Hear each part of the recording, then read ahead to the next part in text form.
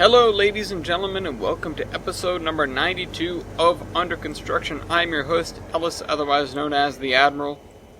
I'm your host, Admiral Ellis. Ellis, otherwise known as the Admiral. I don't know. I don't know which one to go with. You guys can weigh in. So this week, I mean, we have a couple nice comments. Mainly, we have this area to work on. Now, I've sort of stayed away from here. The reason being, I really haven't been sure what I want to do with it. There's a lot of things that I know I sort of have to do, and then there's some other things which, I don't know, like, yeah, I probably should do, but, like, I don't know.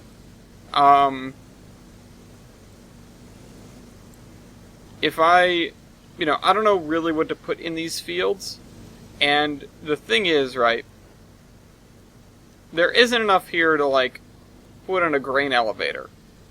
Although I would kind of like to do that. This whole area, there's supposed to be a whole bunch of area that's blocked off for, like, for grazing space for these areas. Although, what is this building supposed to be? Let me just make sure I know what I'm talking about. Grab it. It is a grain mill. Okay. So, yeah, I would like to put a grain elevator in here. Apparently, Past Me had the same idea. This is a creamery that the idea was to build a whole bunch of creamery sidings, which we started doing. We just don't have the freight platforms for yet. But the thing is, we have to block all those off with fence. So we need some fence that's good for basically keeping cows out. And since I made that road trip across the Midwest with Weibold and Jader, or I guess that isn't really the Midwest, but, across the middle of nowhere, I feel like I should know, like, I can pick one out and go, yeah, this one makes sense. I mean, it should really just be one of these.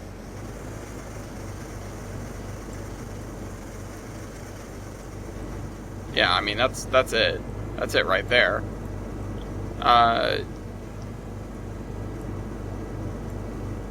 So let's just string this along where it needs to go. This is just the next step in actually dealing with this. See, last episode we got a hell of a lot done down in Mason Valley. And I thought we did pretty great. For everything that it was, we did a pretty damn good job of getting all that stuff done. But the reason we did, and of course, I acknowledge this, the reason we did is because I went in there with a goal. And I said, I want to do this, this, and this, and we sat down and we banged those things out. So, I sat down before this episode, and the main thing that was on my mind was frustration because my tram stopped working again. And obviously I wasn't going to work on that. Because that's not what we do during the episodes. I don't do ops work. I mean, I build industries and stuff like that, but I don't do any simulations because this isn't 2019, and it's kind of a pain in the neck to do one or both.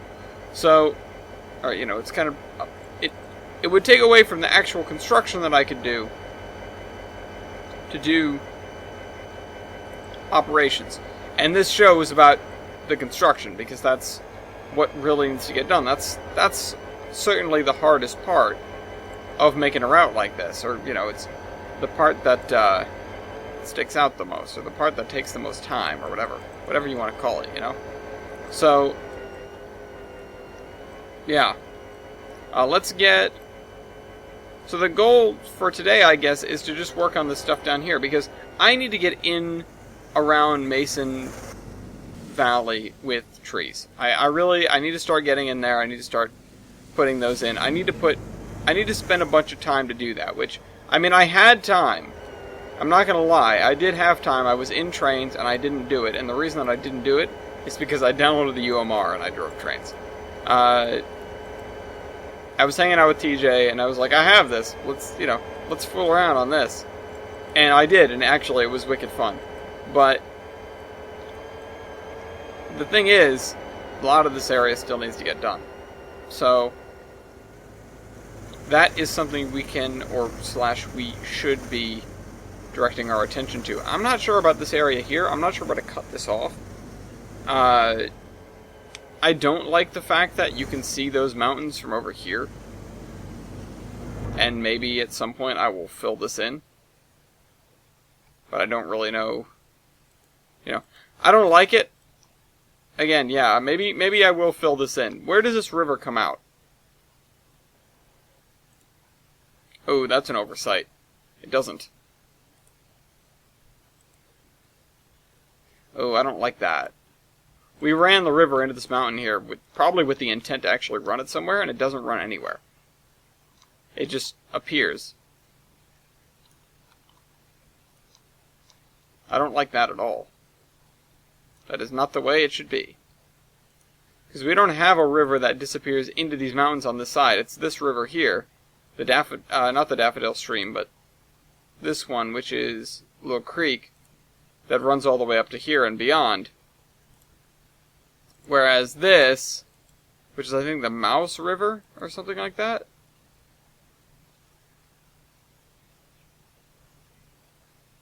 I can't recall. Yeah, it's the Mouse River.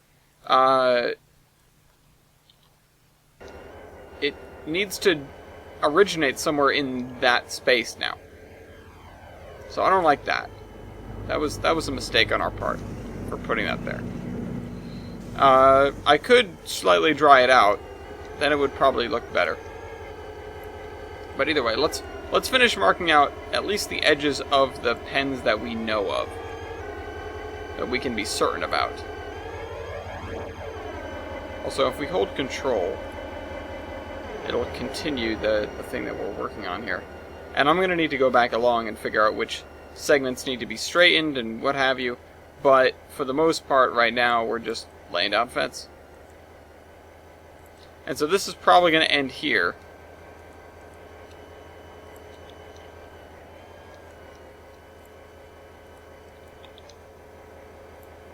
Straighten that one. Straighten this one.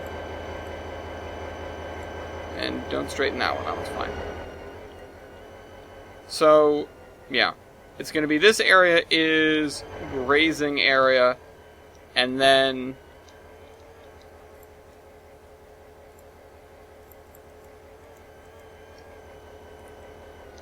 the area that's immediately adjacent to it will just basically be reverted to being forest. Or will automatically be forest. But I think I'm going to extend it all the way. Now let's see. So we've got this hillside here. But I can definitely get away with extending the grazing area up this hill here.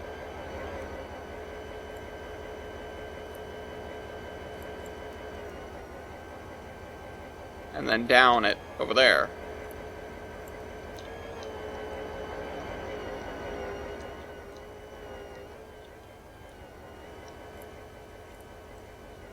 Across the river.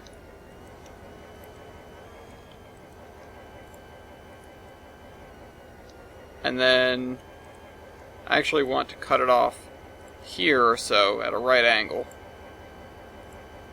Delete that and then break that.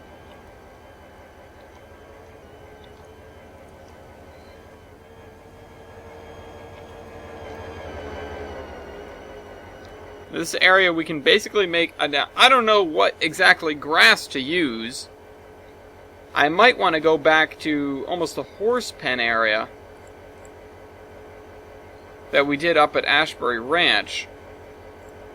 But I'm not certain if that's appropriate. We may need to find a new texture just for this. Just for this purpose.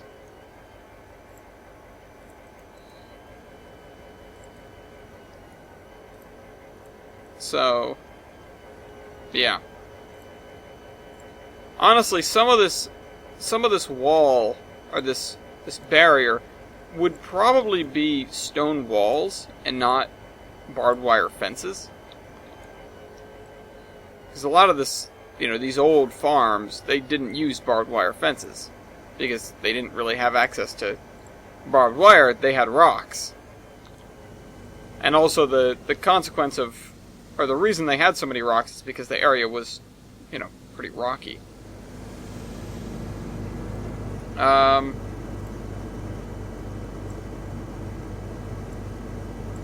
just gonna box in this, I guess. Or actually, I'll just curve around the side of it.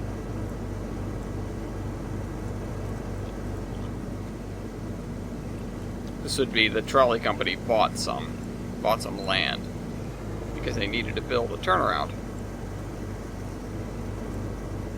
We need a loop, brother.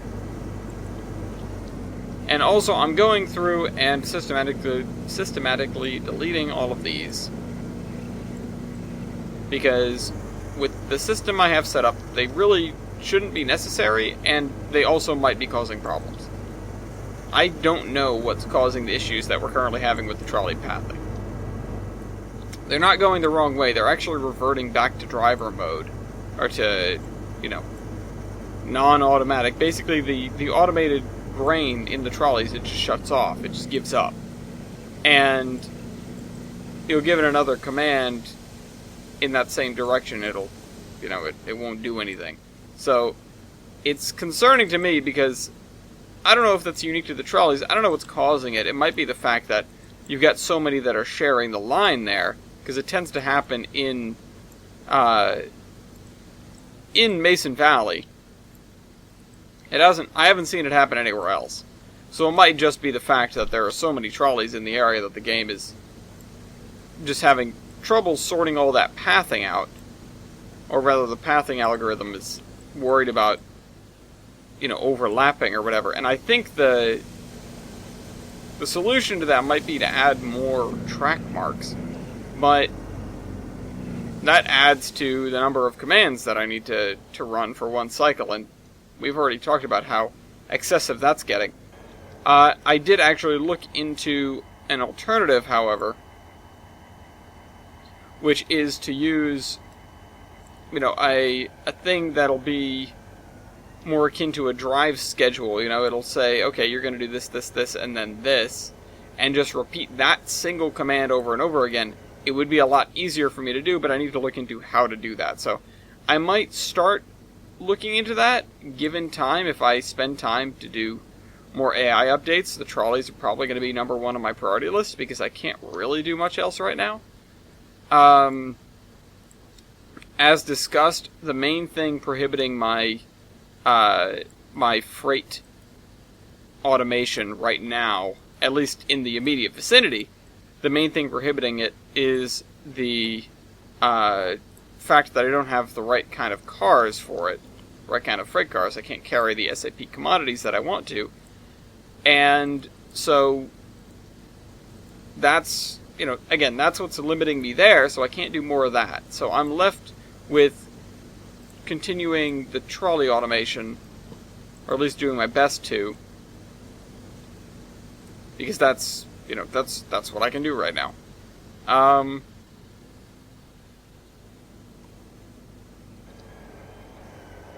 Okay. Is there anything where... Yeah, this would probably just be a straight line.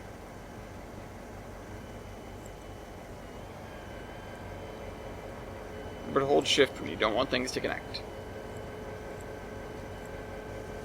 Okay, so let's line these guys up just as well as we can. This is probably going to be the weirdest one because we are where we are, right up against the town and everything like that. Of course, we've got this whole area as grazing land. I'm going to have to make it, look like it. I'm not going to add any trees because of the obvious reasons why we don't do anything with trees in these episodes. This area here on this side, it would make sense that this is more grazing land, but there's really no way to... I guess I could have the...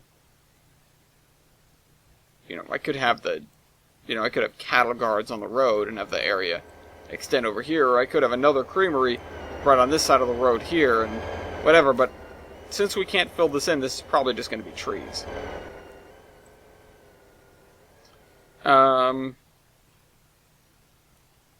I'll maybe even set it up with stone walls and then trees. Because that would sort of indicate that. It would tend to indicate that there was a farm there at one point, and it became useless. Okay. So there's that. These are all going to look pretty much the same. They're all going to have the same general theme to it. I can't install like a thing here, although we do need culvert pipes. Is there one on this side? No. There's one over here. So we've got 3 creameries. I thought we had more, honestly.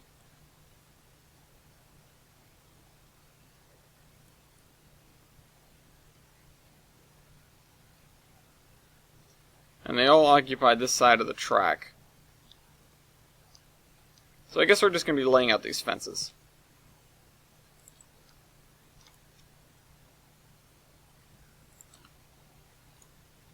Anyway, let's look at the comments real quick before I continue with this. So I have something to think about, something to talk about, just while we carry on with our endeavor here.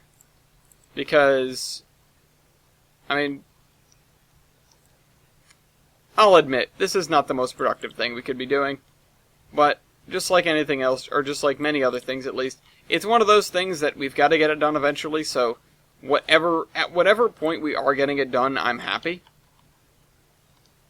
There are plenty of things that I probably could get done that would feel, like the smarter thing to do, almost.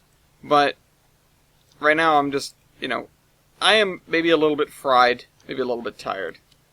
And laying out these fences is maybe the best thing for me to do. And then maybe I'll spend some time after the episode's done laying down trees and whatever so that we can prepare to sort of move forward with our texturing between Doe Cliff and Adams. That might be one thing to do, because that is important. That is sort of the moving in the right direction, literally, I guess. Because we do have to get that part done as well. The thing is with the automation is nothing's waiting on it.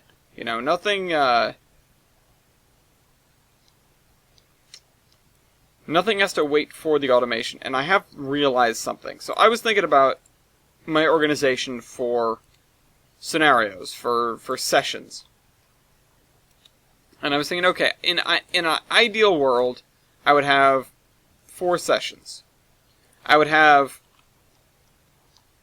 the one that is empty, so it has nothing in it. You can seed the route yourself. You can, do whatever you want with it. It's completely up to you.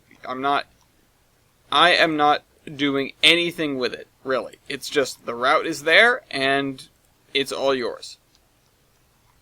So that's session number 1, and that's, that is a really good one to have. I feel like that's a really important one to have, because I love being able to go into a route and just sort of throwing stuff down and looking around. That's not my favorite thing, though. My favorite thing is going into a route.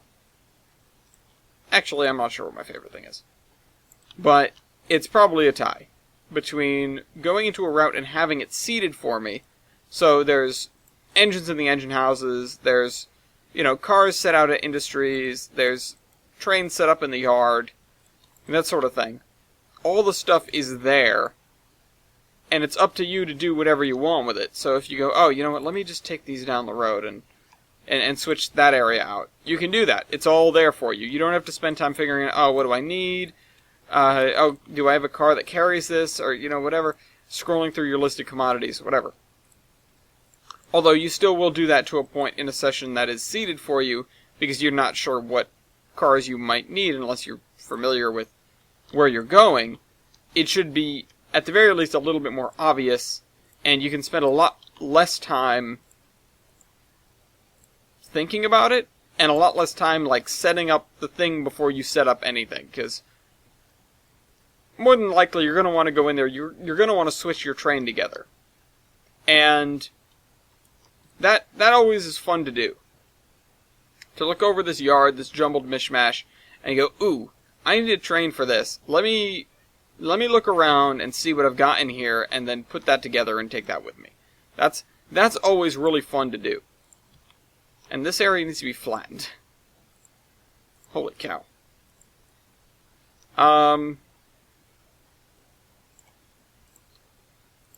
So, it's either that, which I think is probably the coolest from a layman's perspective, from like, if you're just loading into a route to dick around in it. Like, if I got the UMR and it was just seeded with random trains and junk like that, I would have been pretty happy. It wasn't, it was empty. But I'm okay with that, because I can, look through my list of commodities and figure that stuff out. I wish there was a guide to the UMR, so I would know where the industries are, because there's a grain silo on every corner, and I don't know where to send that grain.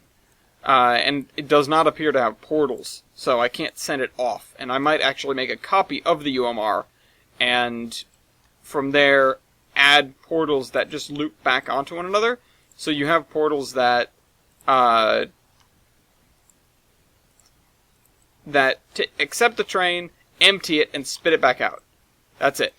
That's all I want to do. Empty it or fill it or what have you.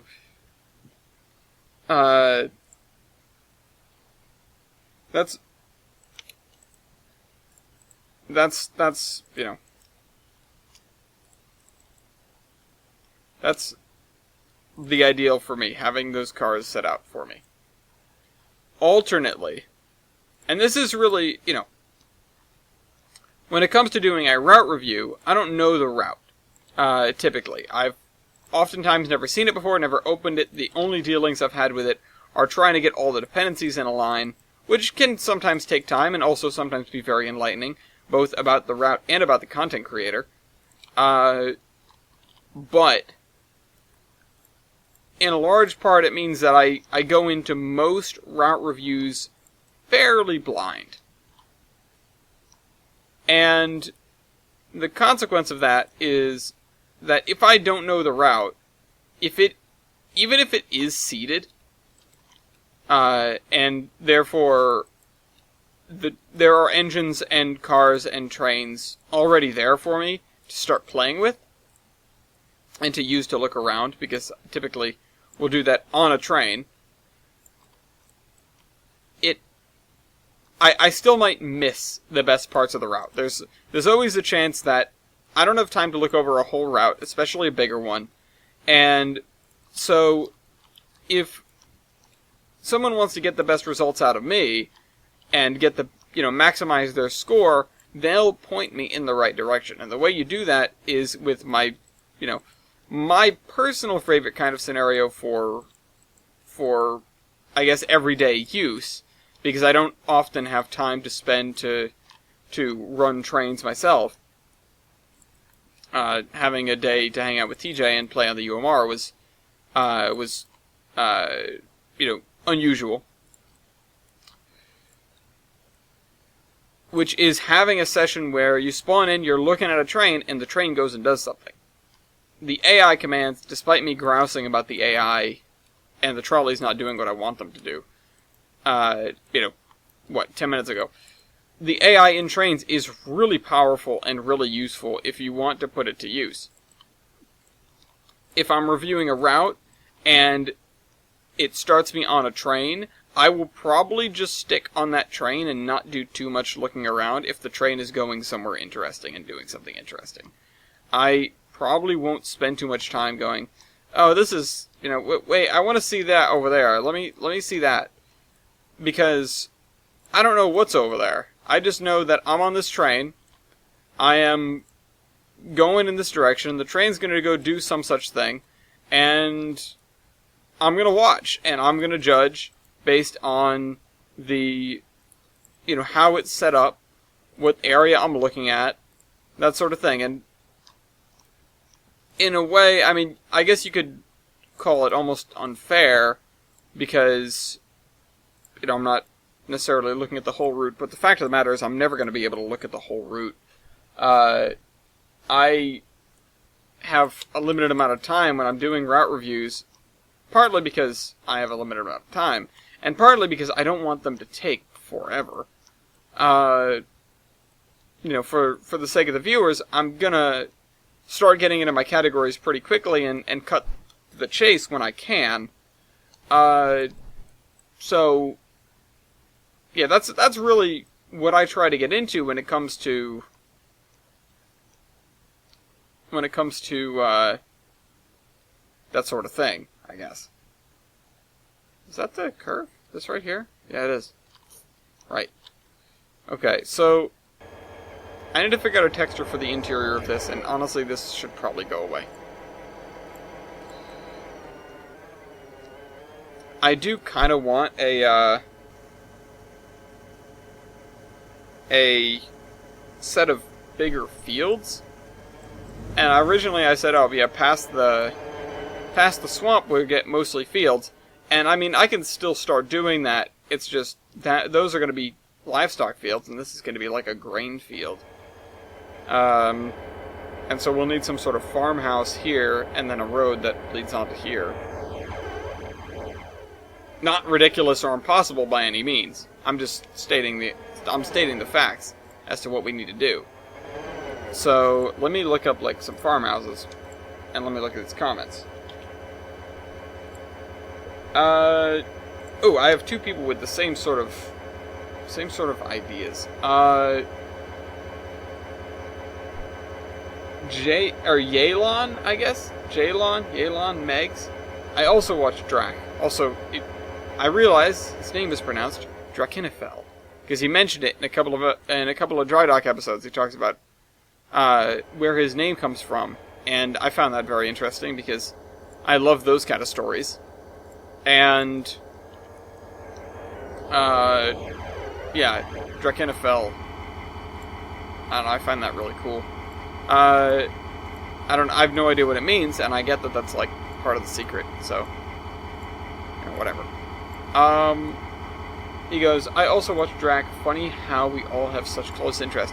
I know, and it's interesting. You know, you start getting into something like trains, and then it'll lead you, not inevitably, but, you know, sometimes, or oftentimes, to something like ships, and then into warships, because those are arguably the most interesting kinds of ships, because they do the most. And that's, you know, that's the kind of thing where it's sort of one thing leads to another, and you end up getting into this, you know, a lot of people, maybe they have more of an affinity for cars, but machinery is machinery. And I feel like pretty much everyone who has an affinity for it in one way or another ends up with an affinity for it in, you know, in most ways, or in the various different types, or whatever. I hope you understand what I mean, but I'm talking like, oh, you like trains, and also you like tanks, and also you like, you know, ships, and also you like, you know, that sort of thing. And maybe it's varying degrees. I know I would probably also, wait a minute. This looks too good. Let me check on this for a second.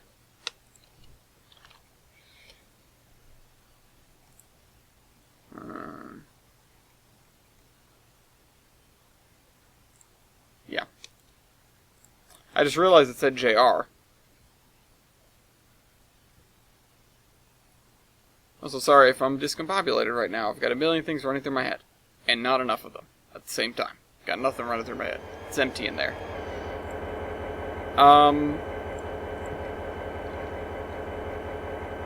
Yeah, what was I saying? So,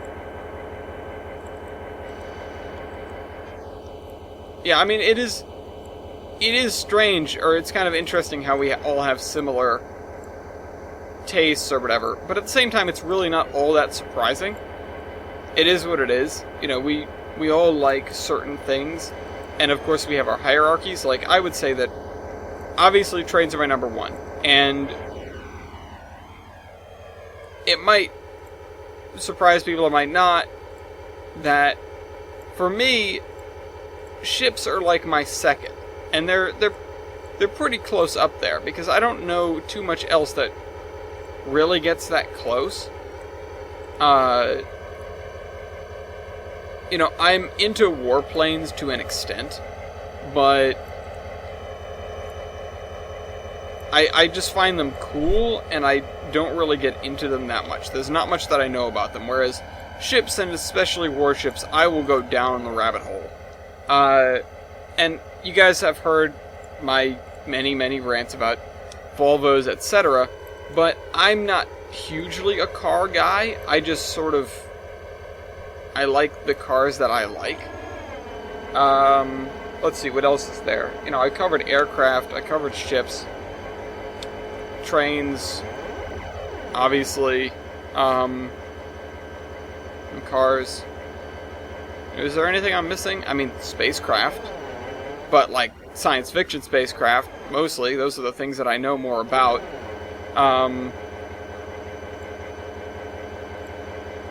So I'm a nerd. I don't know what else really. Maybe am I missing some form of transportation? Trucks? Trucks. I don't know much about trucks. Yeah. Now, I'm no Drakenfell when it comes to warship knowledge, but I know a thing or two. I still feel like I'm missing something. What am I missing? I don't know. If you guys figure out what I'm forgetting, just say something. What mode of transportation am I neglecting? I mean, if it runs on rails, I feel like I know something about it. I'm no interurban guy. I'm not Milky, but I know a thing or two. And it really comes down to it. I am surrounded by a lot of people who know a lot of things about a lot of things. That's, you know, between Milky and his interurban knowledge, and, well, Milky and Mason, and among others, Garrett's in there too. And then, like, Wybold and Chris just knowing steam engines, O'Gillies, and, you know, among others, knowing a fair bit about diesels and modern operations. I didn't know a whole lot when the group started, and I still wouldn't say I know a whole lot, but I would say that I have picked up a lot. I would say that having such a diverse group of friends has turned me into really a jack of all trades when it comes to railroad knowledge. I am certainly a lot better in certain fields than I am in others. But, you know, I guess the thing that I excluded was tanks, but I mean those are basically spicy cars, so yeah, I can just sort of lump those two together. And I almost can't believe I just made that joke. Let's finish up this area here. Like I said, this isn't really going to be grazing land, I don't think. I think a lot of this is going to be fields. But I'm really not sure how to execute this. I'm just using barbed wire because keep the animals out. But in reality, you wouldn't really need any fencing at all on a lot of these farms. They don't bother. But it is what I'm doing. It is what it is. If you guys take issue with it, say something, I guess. If you guys take issue with anything on this route, say something, you know.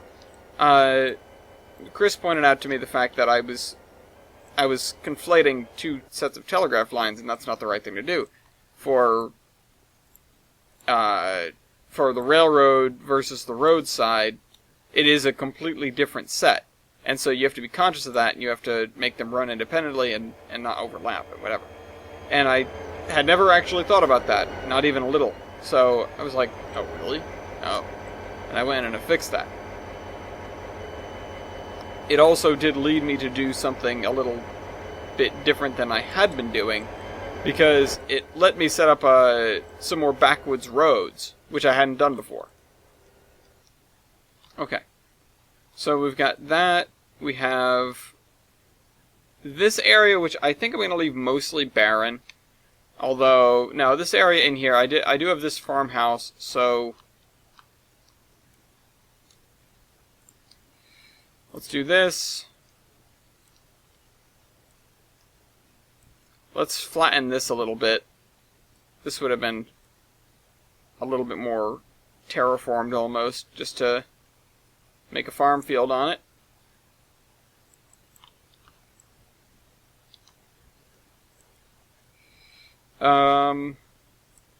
Yeah. No, I do really enjoy Drakenifel's productions. I've been listening to them basically religiously at work. I just have Dry Docks on in the background on autoplay, one after the next. Because, I don't know, it's just good listening material, I think. Like I said last week, there just aren't a lot of visuals. There's very little for me to go, ooh, let me see that when I'm trying to work. So, it's great content to just get stuff done to. And learn a few things along the way, which I've certainly been doing. I'm not sure if I can really repeat any of it, but, whatever.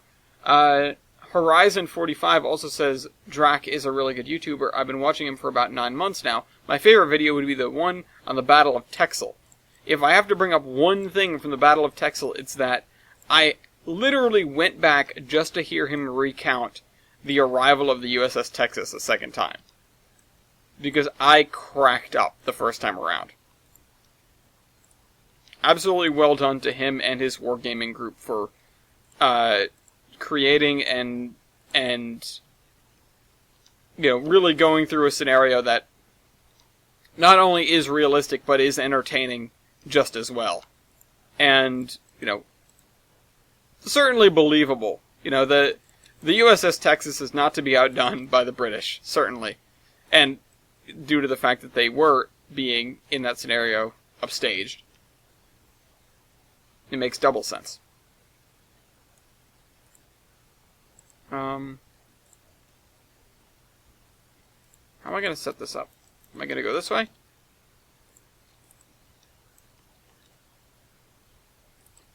Maybe I will just have more grazing land and not worry about the, whoops. Oh, whoops. Duh. Idiot. This one. There we go. Don't worry about putting crops here. I just don't know how to make it look.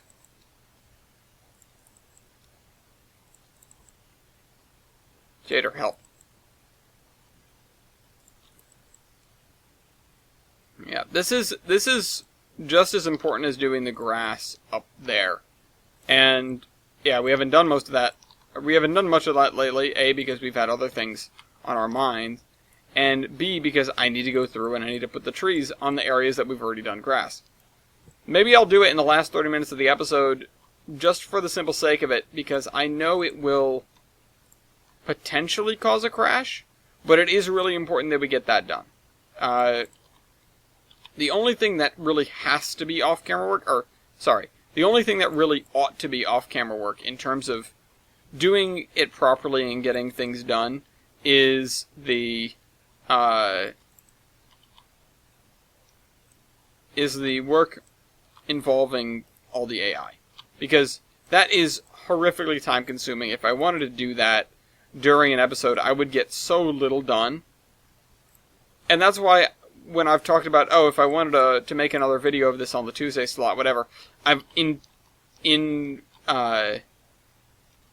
the same breath almost talked about making it a live stream, because that means I can spend a lot more time working on it. And also it means that, I don't know, there's a little bit more like engagement there or whatever, because there isn't much to go off of necessarily on one of these live streams. It's me sitting here staring at my spreadsheets or what have you, and just sort of thinking through the problem and then making a couple of small changes and then letting it go for an hour and a half. There isn't a whole lot that would happen in one of those videos, and certainly in one of these like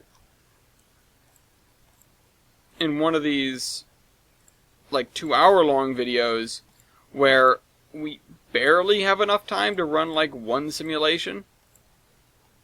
So, yeah. Where did I get these? Can't use that. Wait a minute. The low-res ones I got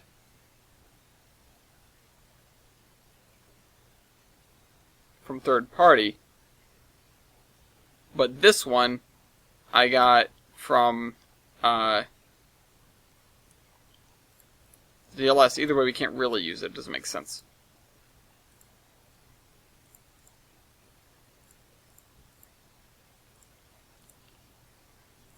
Rustic barn.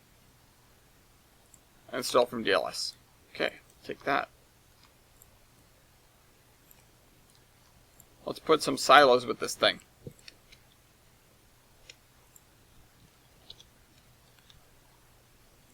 Silo, silo, silo, silo. That's big. Nitrate silo. That's really big. I think I have about 2,000 silos because every single town on the UMR has a silo. Every single damn town. So anyway, that looks correct based on what I've seen on GeoGuessr. Oh right, I have to do this. Do this intersection. While I'm here, I might as well. Asen, help. Just kidding. I got this. Really, I'm just going to do this. Straighten that out again.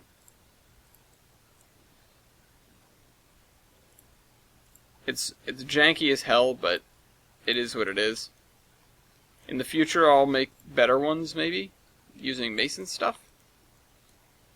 Because now that I know it exists and I have most of it downloaded, it's a very different time from when I was designing this area.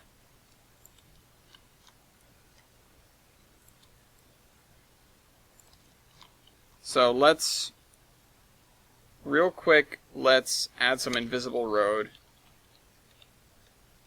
I want the little purple strand, because I know that one's good. Not that one. Nope.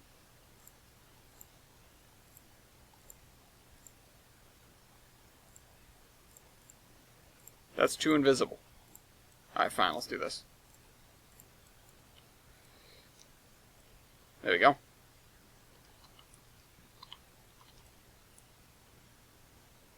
And while we're here, let's advance that spline point and flatten these two. I never really thought of it as advanced mode, but I guess it is what it is. It was Weibold that first said, oh, you put them in advanced mode, and I sort of went, huh? You know, because I didn't think of it like that. I just thought of it as yellow spline points. I don't know. That looks way too nice. Hold on. Dirt Road 1, no traffic. Oh, wow. You know what? That's from the download station. But check that thing out. Wow, it's gorgeous. For a dirt road, I guess.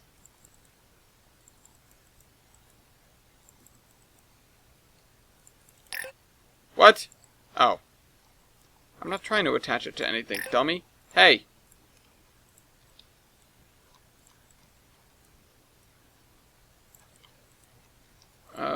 Okay, that. Straighten that out.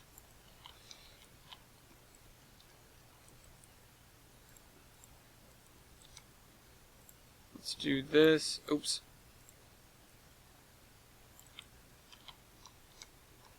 Yeah, right over the hill probably is good enough. Down the other side like that, on this big S-curve, it's probably fine.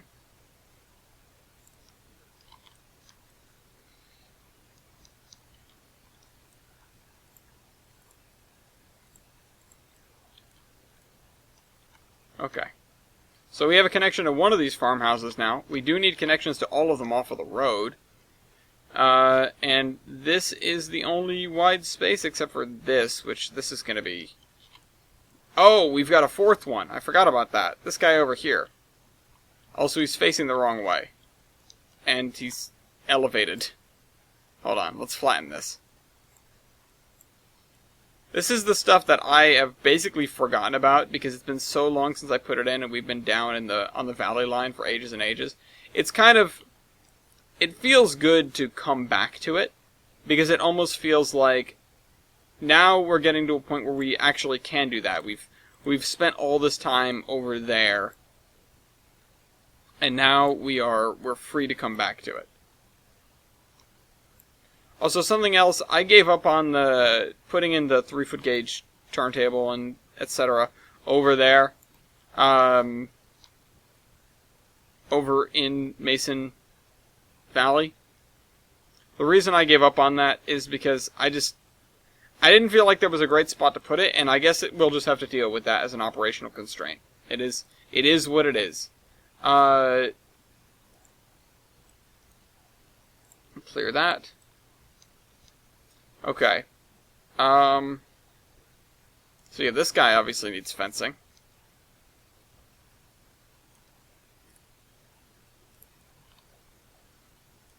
Yes.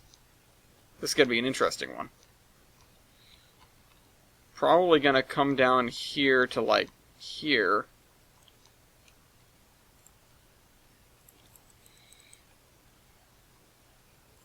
We're also going to need to replace the switch stand sooner or later when we come to do this area. But it's going to be a long time before we bother with this area here.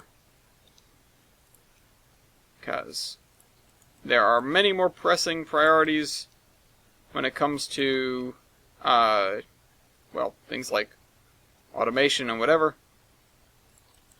I don't need to start redoing switch stands until we are at a point where we're actually going to be using the switch stands, because the main issue is, okay, so we have all these switch stands.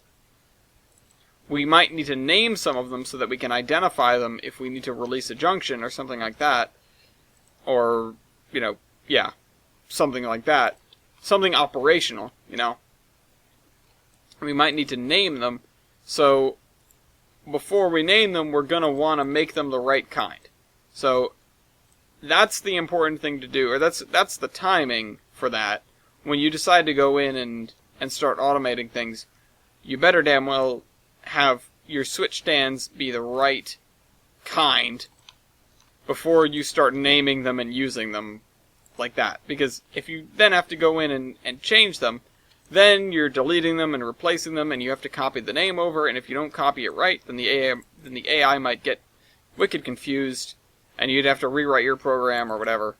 It's, you know, you have to replace those commands because it won't recognize the switch stand, or whatever. You can cause all sorts of calamity with that. So there's an order to things, you know? Okay, so the other thing that I miss a lot of the time is the fact that we still need to have road access to all of this stuff. Now, this area is looking promising for a bridge. If I raise the land up just a bit, like so.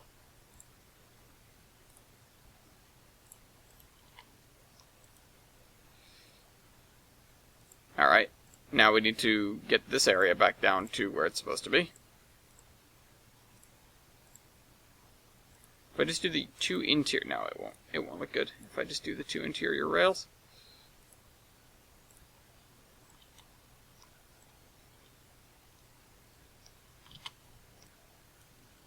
Let's grab one of our bridges that we have used, the yarnish bridge L2. That's a yarn bridge. Let's get a yarnish bridge, because we're using all yarnish stuff now. Mostly so that we can use mason stuff. Obviously, that's not high enough. Let's get our measuring stick. I just realized I don't have the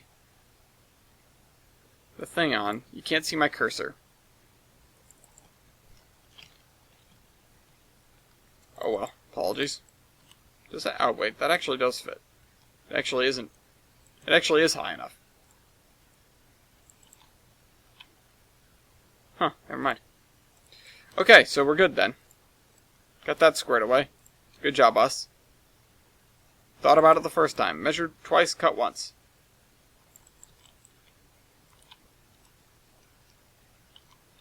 Okay, now let's grab our road, which we'll go get from over there.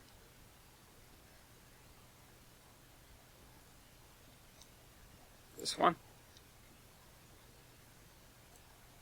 And yeah. Anyway, Mason P. Maybe get a monitor mounting arm, then it can be to the side of the desk if you want, or above the desk but not take up space on the surface of the desk with the stand.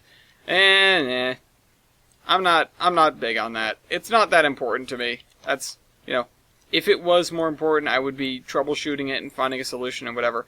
But having a second monitor, I don't need it, I don't really need it for anything. If I want to have another thing up, then I'll just pull up a side table and put my laptop there. And I know this was in the context before of me talking about the suggestion to, well, if you want to stream, or if you want to adjust things on the stream at the same time in a second monitor, blah, blah, blah.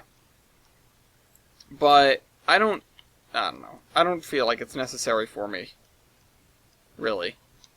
It's just, the other thing is, it's either going to be a monitor stand that's sitting on the ground, and the floor space over here is pretty limited too, or it's going to be a monitor stand that, like, screws into the wall, in which case that's going to be a problem, because the walls are all horsehair plaster, and they don't like to hold very much, and so I'd have to go looking for a stud, like another one, not me, and,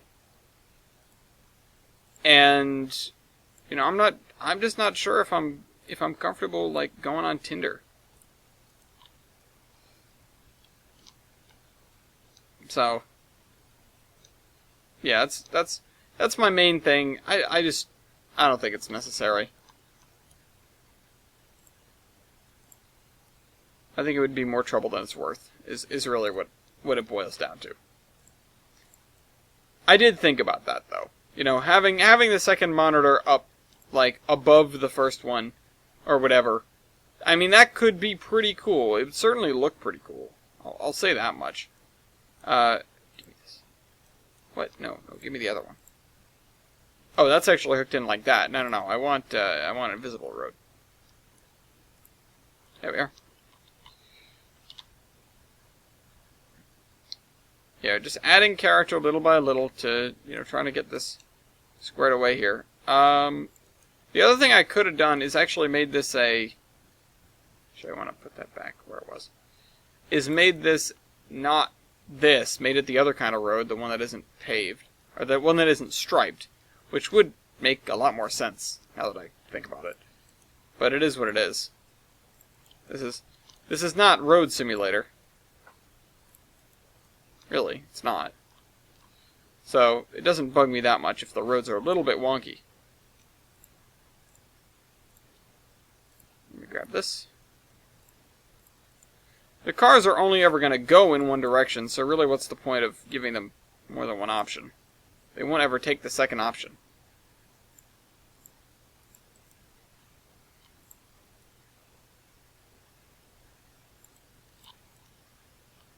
Oh, right, I meant to do the other kind of road for this.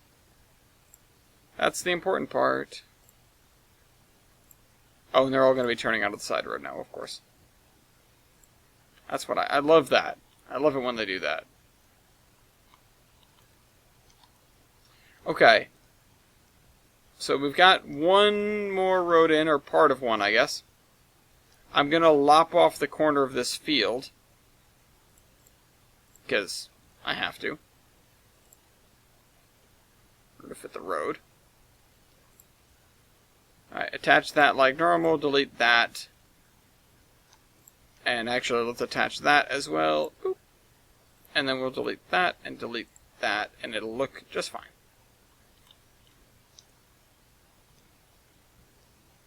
That looks almost real, but not. It does look artificial. Oh well. I'm not really sure what we could do about that. But, such is life. Okay. Acer. Hey, Acer. Hey, Ellis. How's it going at the new house? So, long and short of it is, pretty good. There are a lot of things that crop up that just sort of sit in the back of my mind like, oh, I gotta do that, I gotta do that, I gotta do that. And just keeping the place in order it's a struggle. You know, there's nobody here that's gonna clean up for you, whatever. We moved in, when we got our roommate, Madison was explaining to her all the quirks or whatever. Takes her into the kitchen. She's like, there is no dishwasher, blah, blah, blah. And I'm standing there washing dishes. I go, we have a dishwasher and his name is Ellis. I don't want to do that all on my own. And I don't. People do help me with the dishes. But oftentimes I'll come home and there will be dishes in the sink or whatever. And some of them are mine. I left them there last night or what have you. But either way, point is, come home, see dishes, immediately do dishes before I sit down or do anything else. And I end up losing a whole bunch of time. Again, not the end of the world because I'm maintaining my house, but to sit down and do that, obviously you end up having less free time than if you don't need to do that. So it's sort of it's certainly a trick trying to balance it out with everybody between the two of them and myself. What can we each do versus, what is it fair for us to do? Because I can do pretty much anything. I'm not incapable of things, and I'm not necessarily ruling them out as in terms of being capable human beings to do chores, but I wouldn't expect them to get out the lawnmower, and take out the front, and take care of the front and back. That's not something I would expect them to do. I am the man of the house. That is the thing that I do.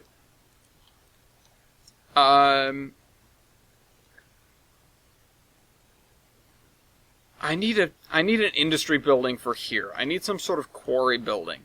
So let's see what we've got for that. Sorry to get sidetracked immediately, but this has been bugging me for a while. We never had... Okay, we've got nothing. Mine. Mine shaft. Uinta Railway, Thimble Rock Mine.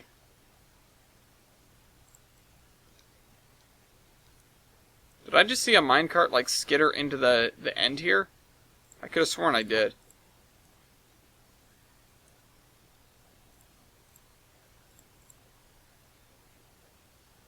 No, I guess I didn't. I guess I'm crazy. Oh, there's one.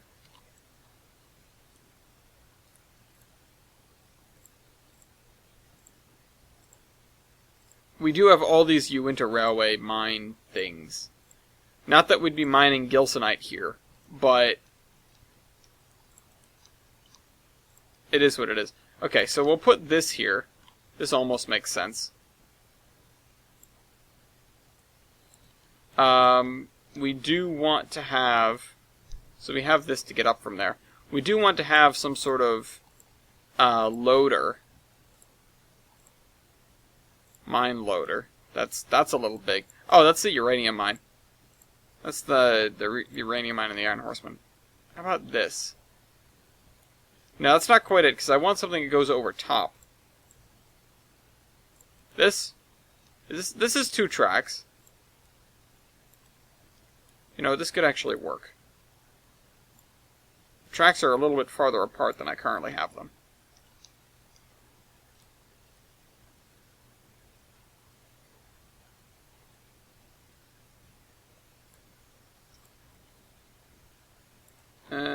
But it's, works just as well. Okay, let's spread these tracks out.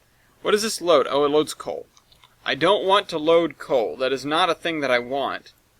This is not a coal mine. This is just a, whatever. I actually want one without a loader. I just want to be able to load gravel or something. This is gold. That might be useful in the future. Spoilers. This. Now, EBT. I mean, that's cool. Wow, this thing looks new for an EBT thing. Coal mine, typical coal mine lift. It's just a regular old coal mine. Basic mine shaft head house. Yeah, but that's big. This is also looks like gold. Or copper or something. Let's see if I go down. Yeah, no, because we started from the bottom, so. I don't think I'm going to, like, have this edited or whatever, but I might slide in some multiple industries under here instead of these. Which means that what I'm going to want to do is, I showed off this trick last episode. Invisible track. The game knows which one I want. There we go, and so we'll hide those.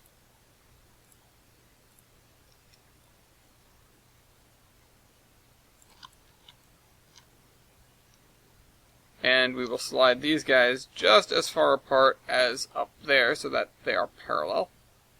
That looks good.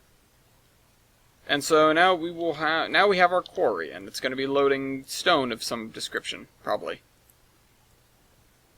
And this was, I don't think this was supposed to be a storage track. This is probably supposed to be like an oil unloading track, so that we can have,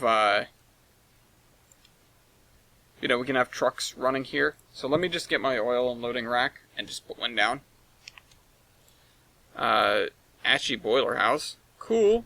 Maybe I'll use that in the future. Where is my... Here's the oil storage tanks that I always use. I did want a set of those.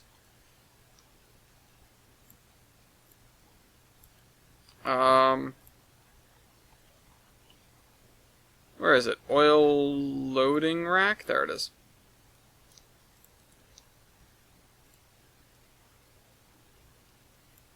Actually, I kind of want the opposite of that. Oil drums. Fuel oil dock. Ooh. Yeah, that's what I need. That right there.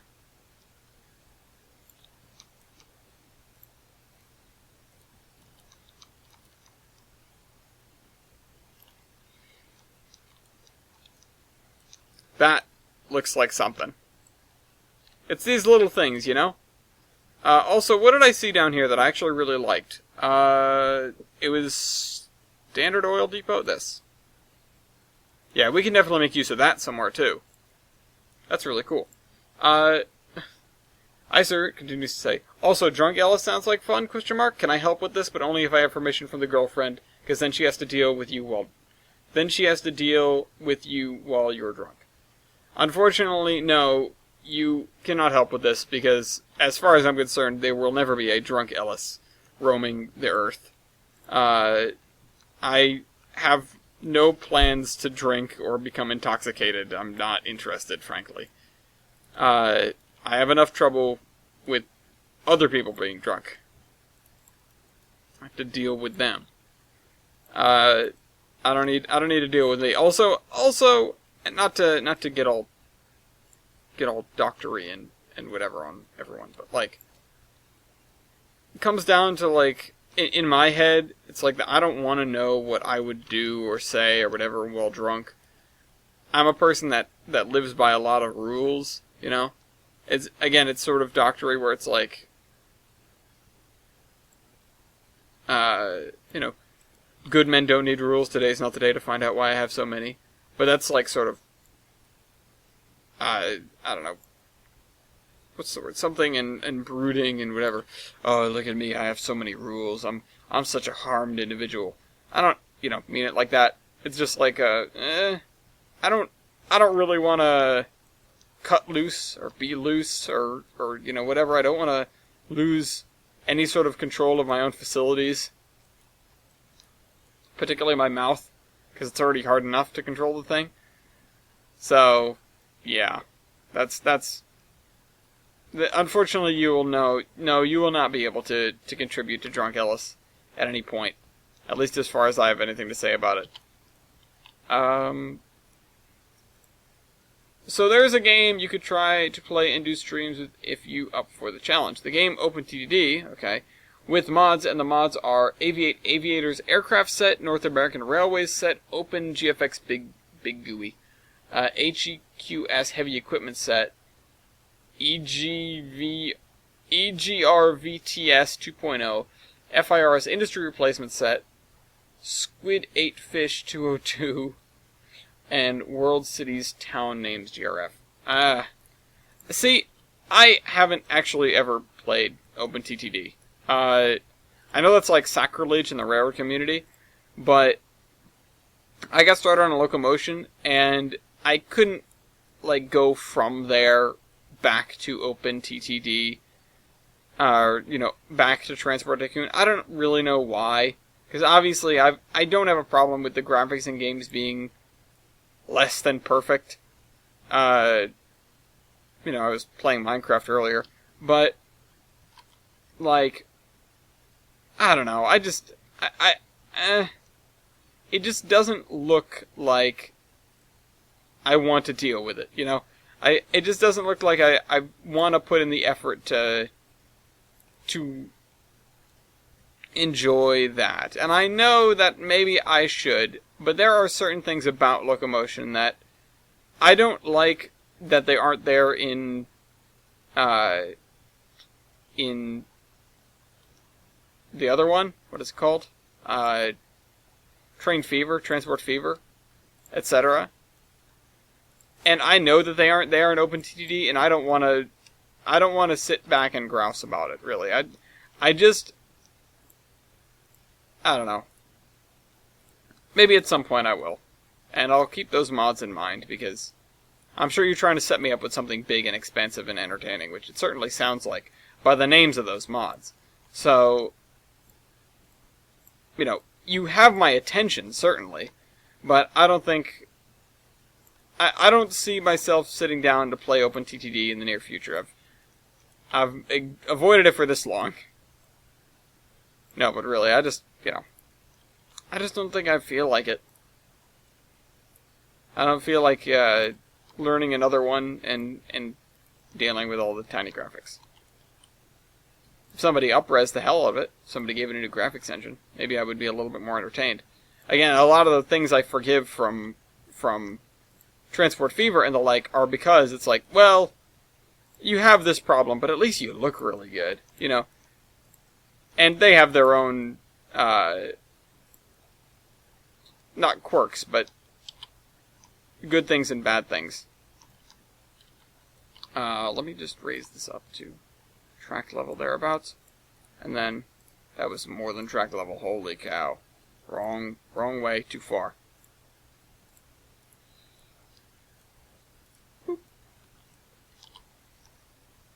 Alright, still doesn't look good, but it's good enough.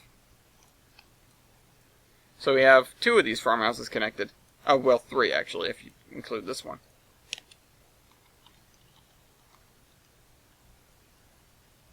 Do I include this one? Yeah, I guess I do, because you'll just have the parking area here and be able to walk over the tracks. Or around the freight cars or whatever. Alright. It's a completely free game, and I know it can run on your computer. Well, yeah, everything. Anything will run OpenTTD. It's just an idea, but you should check it out, though, and I think you'll enjoy it once you reach a few million, and then set a goal to connect to towns and have them all supplied with everything so they can grow.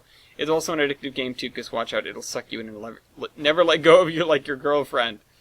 Also, I didn't think doing a route off of a dem would take so long, and yet what you're doing is like freelance in a way, but you know how it should look, so making it in trains is not all that hard. In my route, I'm not even done with redoing the double main line, so my buddy can do some session work on the line. Yeah. See, I've never done a dem route.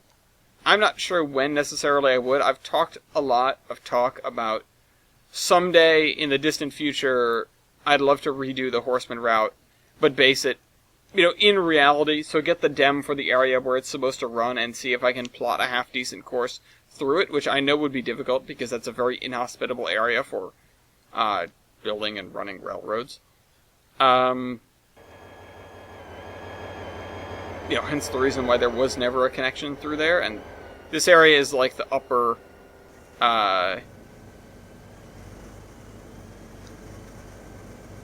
this road really shouldn't exist. It's like almost the border of Canada through the Cascades.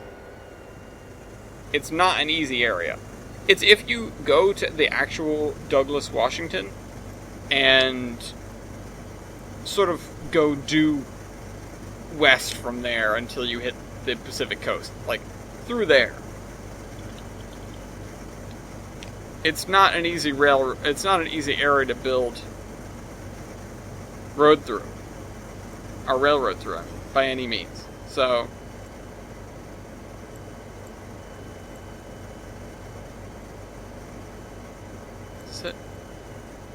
I had a green one, or not a green one. I had a purple one. Where'd it go? Whatever, we'll use this. I'm just afraid that some of these... Okay. I want to be able to see it when it's there. Or when, whatever. Maybe it's a Yarnish thing. You know what? It probably is. Yarnish invisible road, no traffic. Yes, it is a Yarnish thing, of course. This road will have no connections.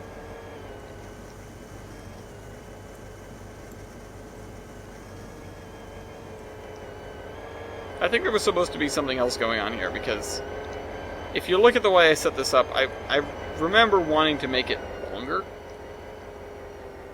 Yeah, that's why that's like that. Oh well, we're not doing that. There's also a couple more things that I'd like to do. One of them is actually building a grain elevator in town here, because we don't have one, and we probably should. I just don't know where to put it. Obviously, you can't fit it here. We've already squandered this area. So where do I put it? I have one idea, but it's not a very good one. I grabbed the wrong thing. I want my buffer. Give me that.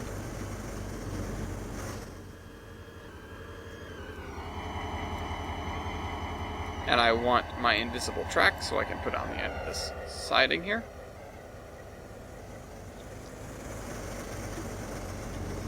Okay. And right there. And then I can delete this finally.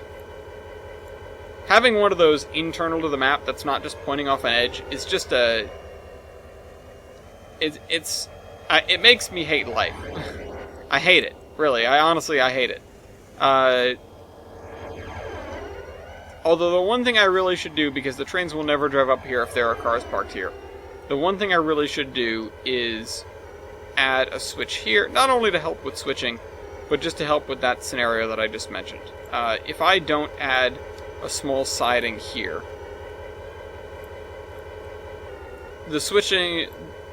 the engines will refuse to do the switching because they will refuse to drive up this way if there are cars parked on this siding here. So, you know, that's why I'm trying to do my best to add these. That's also why the derailleurs exist on the map. There are a couple of them, and they're not like actual derailleurs. They're sort of makeshift derailleurs, but they serve to give a dead end. They serve to provide a dead end to trains that are like, you know, path seeking or whatever. Okay. Let's see. I do want... That's one of those. That's one of those. I need a siding lever for that thing down there.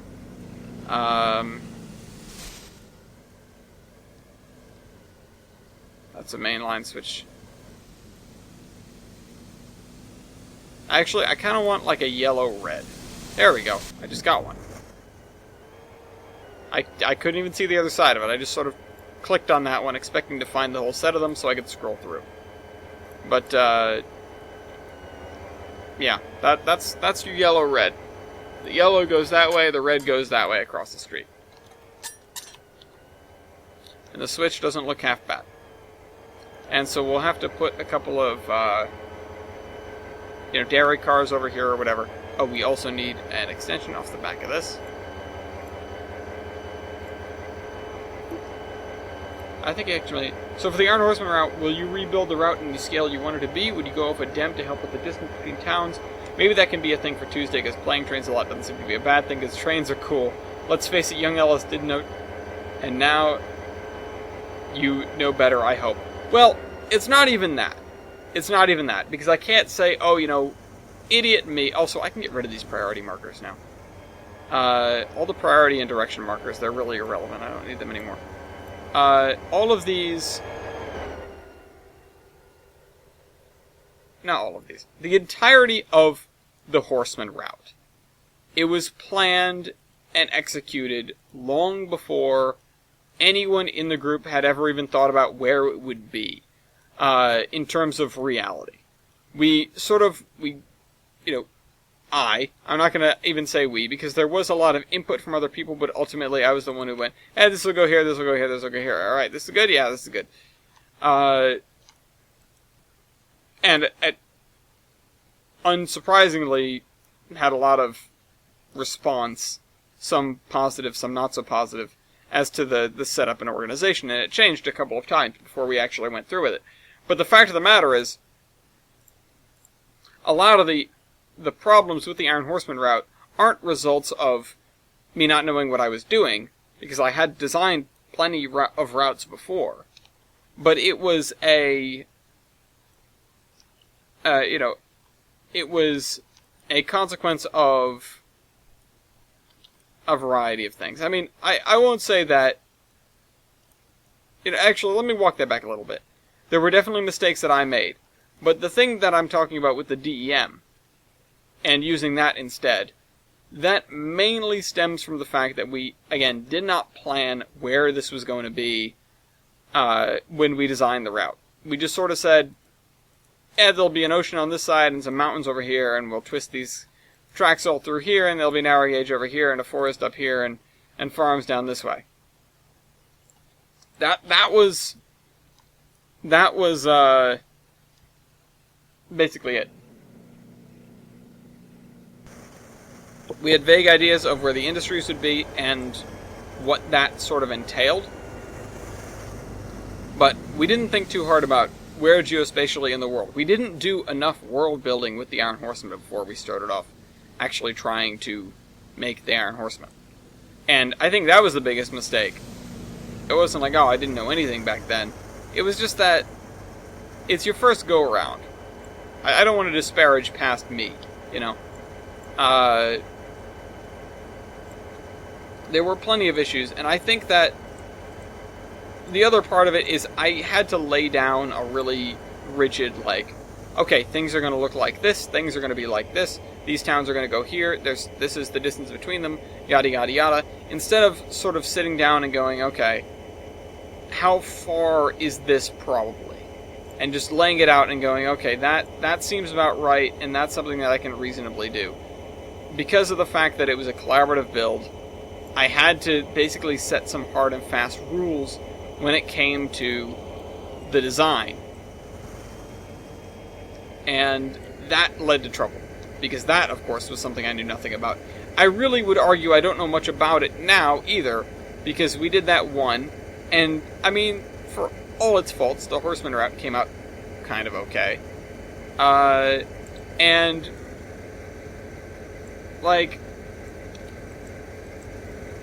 if I had to do it again, I mean, okay, there are concepts, I have two of them so far, for the making of the multiplayer surveyor route whenever that comes down the pipeline. Right now there's some really cool stuff coming around in Trains 2019, which makes me really want to install it. Part of that is you can basically do driver and surveyor at the same time, which is an absolute godsend, because it means that I can have the AI playtesting the route as I'm building it. So it's not like wasted time if I were to have AI running, that I could be troubleshooting at the same time that I'm sitting here and trying to texture in this road, or whatever. That is the biggest thing for me. That's the thing that's gotten me the most excited so far, because it's huge. It's a huge deal. It has taken these two modes, which have gotten a little bit closer thanks to Quick Drive, but really putting them together and going, yeah, so they're like the same thing now. You can have the session running while you're working on the route, and observe that, and play with that. Absolutely fantastic. It's possibly my favorite change that's been made to trains maybe ever. Because a lot of the things I really do enjoy, like the interlocking towers and such.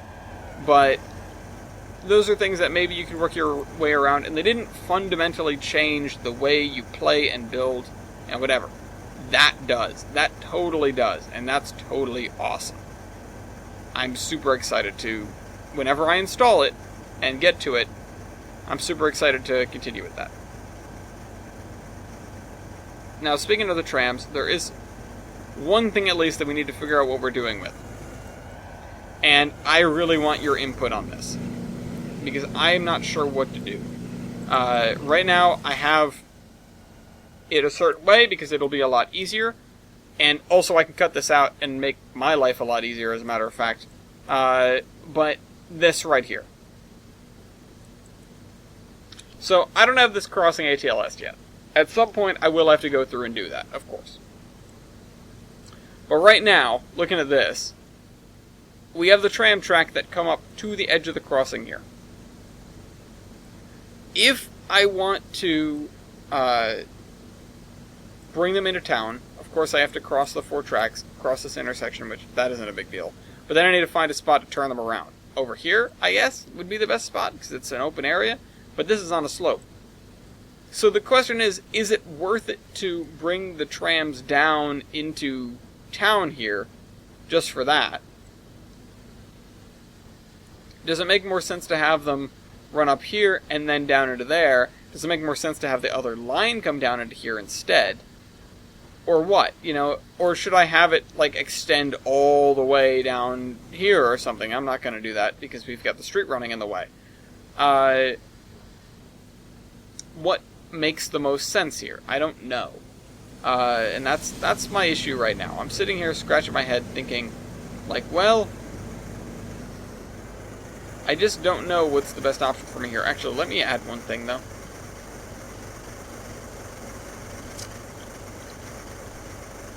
So, not one of those. I want... Oh, right, now we have 1,000 bridges.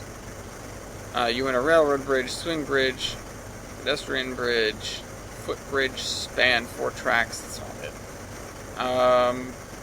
Thought I had, a PRR, a set of PRR footbridges.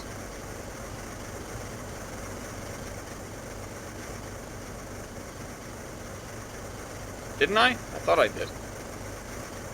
Let's just type in PRR. I could have sworn they were PRR. Ah, they're called overpasses. I get it now. Of course.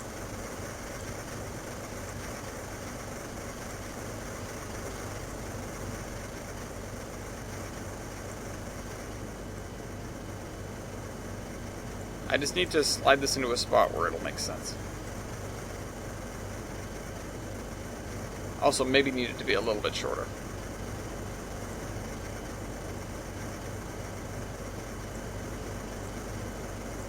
But not that short. This is going to be too short now. Wait, maybe it's not. Wow, that fits really well, actually. I totally lied about that. I'm going to slide this all the way back to right in front of the... Nope, because then that truck can't get out. We've trapped that guy in there. I'll have to do it like that. That actually kind of makes sense for the arrangement, because it's right here at the exit.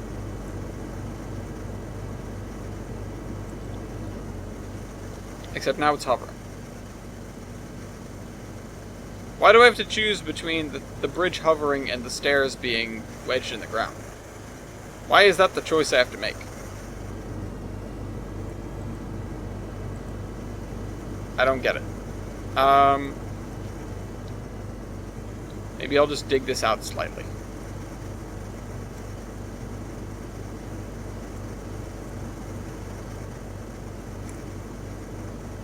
Too much.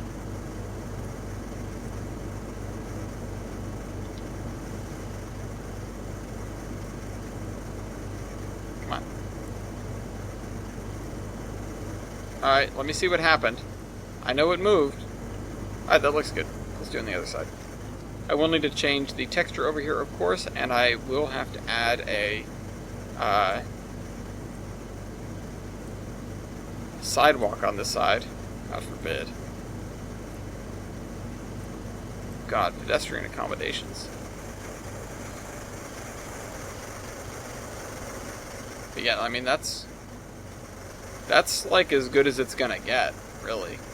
This looks really good. Let me just slide it a little bit to the right. Just to center that. Yeah. Yeah. Check that out. We've got ourselves a pedestrian bridge.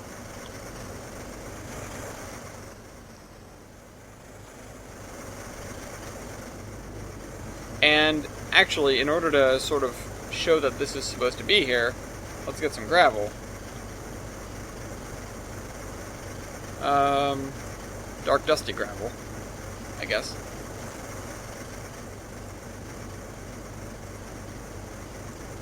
Yeah. There are a lot of things that I can hypothetically put in a Tuesday slot, I just need the time to do it. I actually quite cherish the beginnings of my week now, because I have so little that I have to do aside from house stuff. And that's of course, hands down the most important thing that I have to do, and takes up a lot of time. So, aside from just seeing people, which I don't normally get to see otherwise, like, it's weird to not live at home, and so I don't see my dad, like, every day. It's just weird. I'm not used to it. So, like, I mean, the idea of filling the Tuesday slot, it'd be wonderful. It would. I'm just not sure if I actually am going to follow through with that at any point. Let's see. Oh yeah, to rebuild it, right? To rebuild the Horseman route, I would get a DEM that goes from Douglas, Washington, all the way up to, or all the way across to, basically the Pacific Ocean. And then I would fill that in with the railroad, as best I could, Whoops. Grain.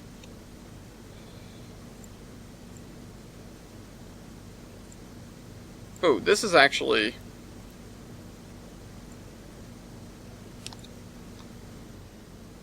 This is actually something that I could get behind.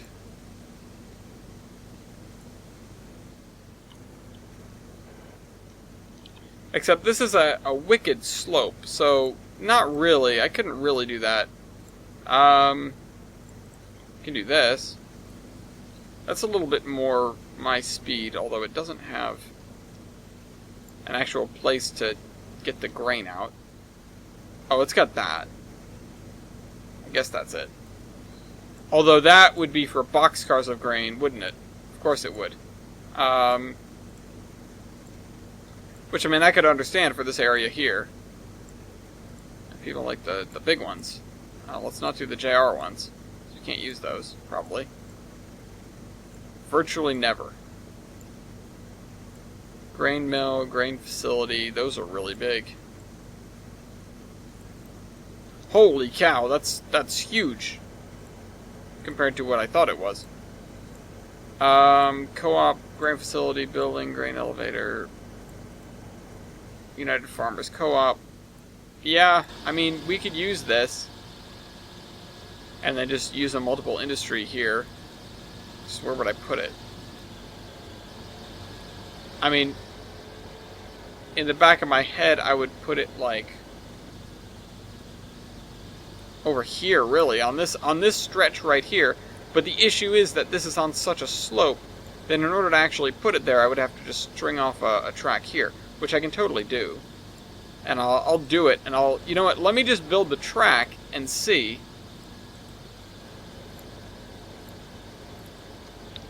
And then we're gonna have to send, like, we're gonna have to send all this grain to a giant food processing plant somewhere or something, That's what we're gonna have to do. That's what we're gonna end up having to build, and then that's probably gonna create, like, not really food, probably like a general goods that is then gonna go into the warehouse of general goods. Or just like a generic, maybe refrigerated goods, which we don't have, refrigeration. Where'd my crossing boards go? Did I not have crossing boards here? I could have sworn I did. Where'd they go? How did they just disappear on me?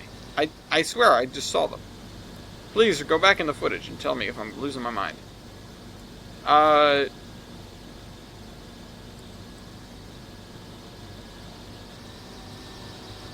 crud, what was I saying? I have no idea what I was saying. I was distracted by my crossing boards totally disappearing. Talking about... Oh yeah, the grain. Where's the grain gonna go? What am I gonna do with the grain? Yeah, I don't have a food commodity to send to places. I have, like, fruit pallets, but obviously the grain is not magically turning into fruit to go on a fruit pallet. It's grain. It is, that's all it's ever gonna be. It's gonna turn into bread, probably. Or, like, you know, cake.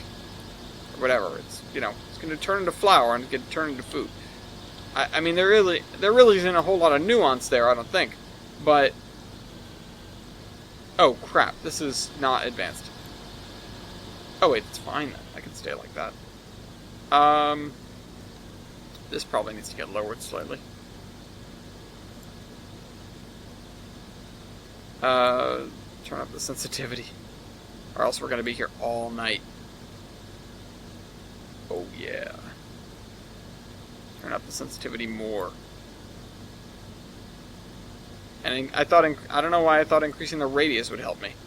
I'm just trying to, like, flatten this area out. I need to get it to the level of... There we go. Maybe too much sensitivity on that one, but...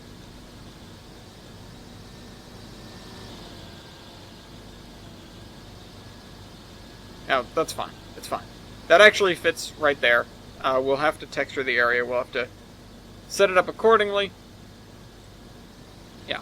If I were to rebuild the Iron Horseman route now, in an ideal situation where I had all the time in the world and all the resources and whatever, if I were to rebuild the Iron Horseman route now, I would start with the Dem. And then I would go through, you know, knowing what I wanted in the end, knowing the route that I wanted in the end, so having to stick to the lore and everything. I would go through on Google Earth and figure out where is this going to run, where are these towns going to be ish. You know, the towns that we came up for the Iron Horseman Railroad, like Troy and Layton and Albany and all of them. We decided on just like random town names, places that we knew, places that we liked, etc. Obviously, they aren't based off of real towns there, but we did get one of them right. You know, there is Douglas, which would be about where Douglas is in the Iron Horseman route. That's our anchor. Again, if you want to figure out where the route goes, look up Douglas, Washington. But yeah, that's generally what I would do. I would build the route then using the Dem and just figure out, okay, how would you actually lay a rail line between these two locations? How would you do it? And I'm sure it would definitely be an exercise in trying to figure out something that, you know, is difficult to figure out. That, you know, something that the best surveyors hadn't done, but, you know, because there probably wasn't a use for it in real life. I don't like this farm texture, this cabbage ground texture. How about this? I need something that doesn't look super tiled. There we go. That's better. Let's turn the scale up.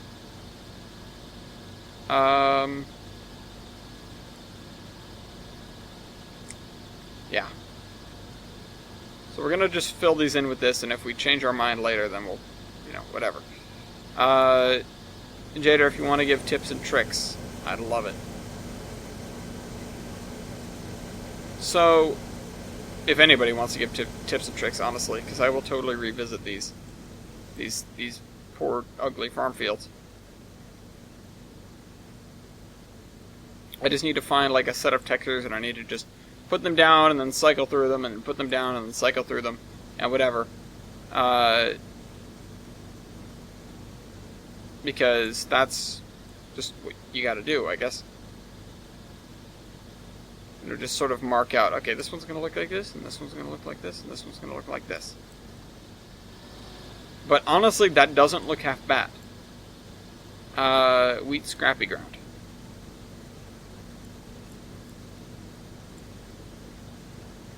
See, I'm getting the hang of this. I can do this. I can do this. Let's see. Nope, there's no such thing as a farm texture. How about a field? Game.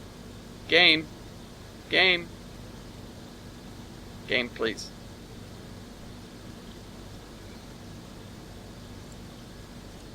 Springfield.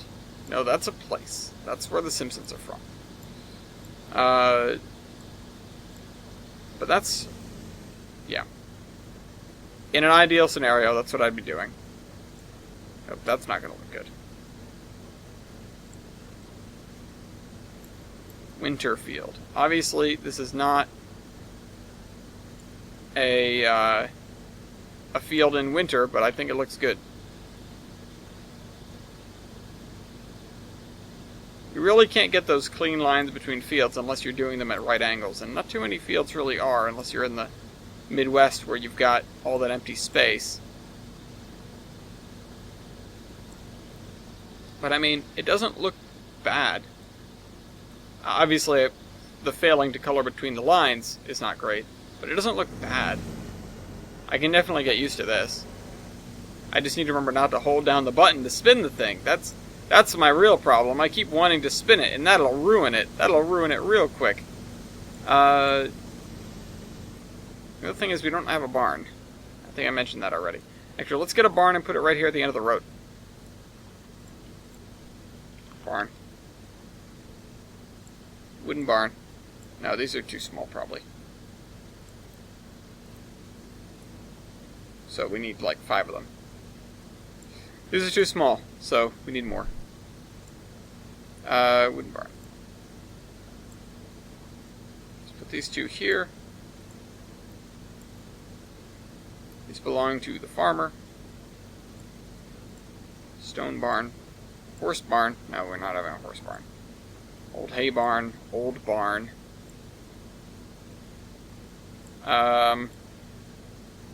That's the one that we can't use, of course. I haven't finished my thought. So, I would put the towns where they ought to go, and then I would connect them with rail as best I could design it to make sense. Trying to follow all of the weird little things that we did in the Iron Horseman route, and the original, railroad idea, where we've got the 2 main lines that intersect, and then the old main that runs up north, and then the narrow gauge that runs a little south of that, and the narrow gauge to the very far north, the connections with the Milwaukee Road and the Canadian Pacific and the Great Northern there in Douglas. I mean, it is what it is. It's not perfect by any means, but it's the kind of thing where there wasn't a huge thought process behind it, but there was a lot of thought. There was a lot of, well, wait, let's do this, and let's do this, and this makes sense when you think about it like this. But there just wasn't too much analysis behind the scenes that really made sure that, okay, is this consistent with the way things worked out in real life or whatever?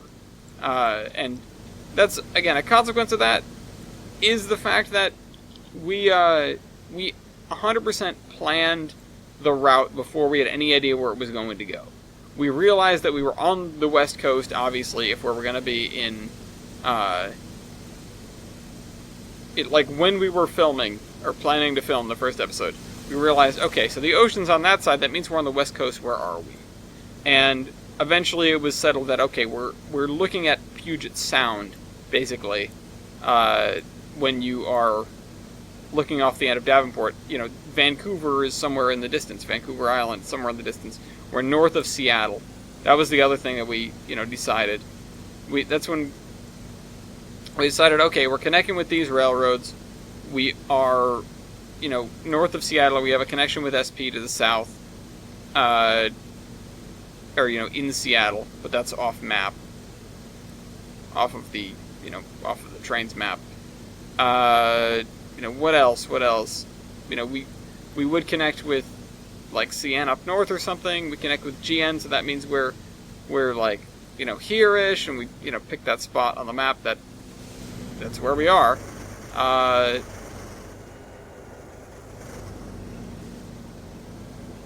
don't know. There was definitely a lot that went into it. I won't say that there was it was just like, I guess we're just going to do this without any back and forth, because there was back and forth on everything, that's for sure. And in the end, I think we sorted ourselves out. We did okay. It's not the worst thing in the world. It makes some geospatial sense. The terrain doesn't match up, but what are you going to do? That's the one thing that I would want to correct, and that would be such a huge, huge endeavor. That is the kind of thing that I would undertake, like, years down the road when I'm done with Tolbrand or something. God knows when that's going to be. I'll probably be dead before I'm done with Tolbrand. But the fact of the matter is, I'm not sure I would be able to juggle both of those projects at once. Although, comparatively speaking, while it would be a huge undertaking, I think it would be easier than this. And I think it would go quicker than this. It would take less time. Because the terrain is already there. And that means that I did spend a lot of time working on the terrain. A lot of the time here is being spent on doing the scenic and texturing like this. But when it comes to making the Iron Horseman Railroad, I'm really just figuring out, okay, how do the towns and how do the areas, how do the sets almost, how do they really look? Because you can look at the entirety of the Iron Horseman Chronicles as if you're looking at this world through the lens of the grandfather telling his grandson, telling all these fantastic stories. We're basically in Stephen's imagination for the entirety of the Iron Horseman Chronicles. And that's the easiest way. Obviously, it's a huge cop-out. It's a huge, hand wave, almost like it was all just a dream. Although it wasn't. It was, real stories. But the settings and such being so inaccurate, etc., it can be just as easily hand-waved away with, well, we're looking at it as a story of a story of a story. We're looking at it in a kid's imagination. This is what he's seeing as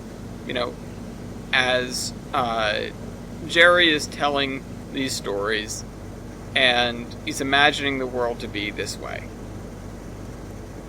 And, it is what it is. Obviously, like I said, huge cop-out. But in reality, what else would we be able to say? I wouldn't want to, if we're going on past the series and making, something else, feature or whatever, that's taking place in the modern day, many years down the road, something's happening. The gang's getting back together, or something like that. There are ideas for this. I'm not going to beat around the bush on that. So, if I were to do this in the modern day, I would definitely want to take a step back and go, well, we're not viewing it through the eyes of a storyteller anymore, or, the recipient of a story. We are here. We're witnessing this. First person, basically. So, now it's up to us to make this world as realistic as possible. We can't get by with it's just a story sort of defense. Because now it's not. Now we're in the real world. And, yeah. So, it's, you make it consistent, you make it realistic, you do everything you can to make sure it sort of works out and makes sense. Okay, so we've got 15 minutes left in the episode. Let's finish off this comment. So instead of having portals, why not make a loop and a yard? You can set up the consist you want and then send it out, and when it's done, it comes back to the yard and just deletes itself.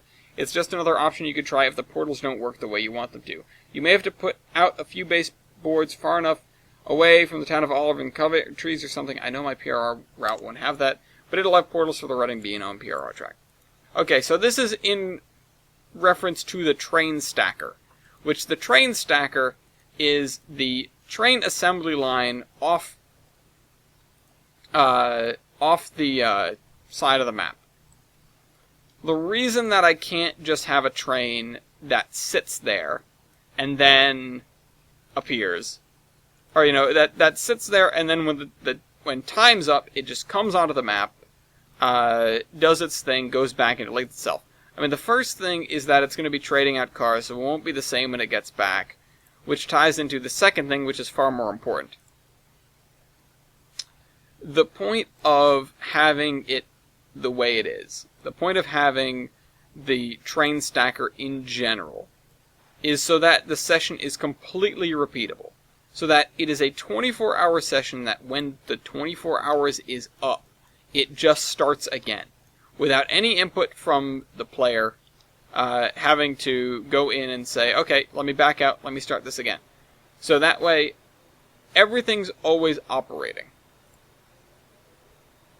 And you know what? Maybe I shouldn't have done this at all. But here we go. Placing trees again. Oh boy, here I go. Yeah, let's get down here. This area, this is like the next gap to be filled in. If I can get this area textured, I can get anything textured. Not really, but it is the next gap to be filled in. Getting down this base coat that we can then manipulate is actually really important. Uh-oh. Oh man, I thought I was going to crash there. It would have ended the thing early. So, yeah, I can't have a train that comes in. I can't have it staged normally, I can't have a thing that all the trains are just set out waiting. I am going to have that. Don't get me wrong. I am going to have at least a few trains, like right now we have the passenger trains. The passenger trains are going to stay as is because they're really simple. They spawn in, they sit there until their time, and then they go again. That's it. That's all that needs to happen. So that is simple enough that I can do that without... Also, are we missing... We are missing, we're missing a thing of grass over here. That's not great. That's going to have to get worked on again. And also along this road here and everything. I have neglected my duties. But I am going to put the trees up to right there. And then right here. So, yeah, I can't just have the trains sit there and then come into the route and do their thing. It's not good enough. I need to have the trains get assembled there. Because when that train leaves, let's say, the freight train that leaves and distributes these tank cars or whatever. The one that's sitting in there right now. When that train leaves, I need to make sure that it will leave again in 24 hours, in the exact same shape that it was, and do the exact same thing that I asked it to. I need to make sure that the session repeats itself. So, I can't have it be a one-trick pony. The issue is not that I can't get the trains to be assembled the first time around, and then come out and do their thing and go back. The issue is that I can't... the trouble is that I need to have them do it again. More than once. I need to have them do it a hypothetically infinite number of times. Not that anyone's going to be running the session for multiple days at a time, because really spending 24 hours in here is... It would be a feat. I would be impressed. But the fact of the matter is, I'm trying to set it up so that that's possible. So that you can always come in, and you can look it over, and you can go, okay, let me just do this right now. Or you can just have it running. You can have it running, and you go in there, and you see the trains running, and you go, that's really cool. Let me follow this one. Let me see what this guy's doing. and then the sun sets, and then the sun comes up, and then they do it all again, without any intervention from you, the viewer. Not even the player, I guess. Why am I doing that? Because it's absurd? Because it's absurd and I want to do it.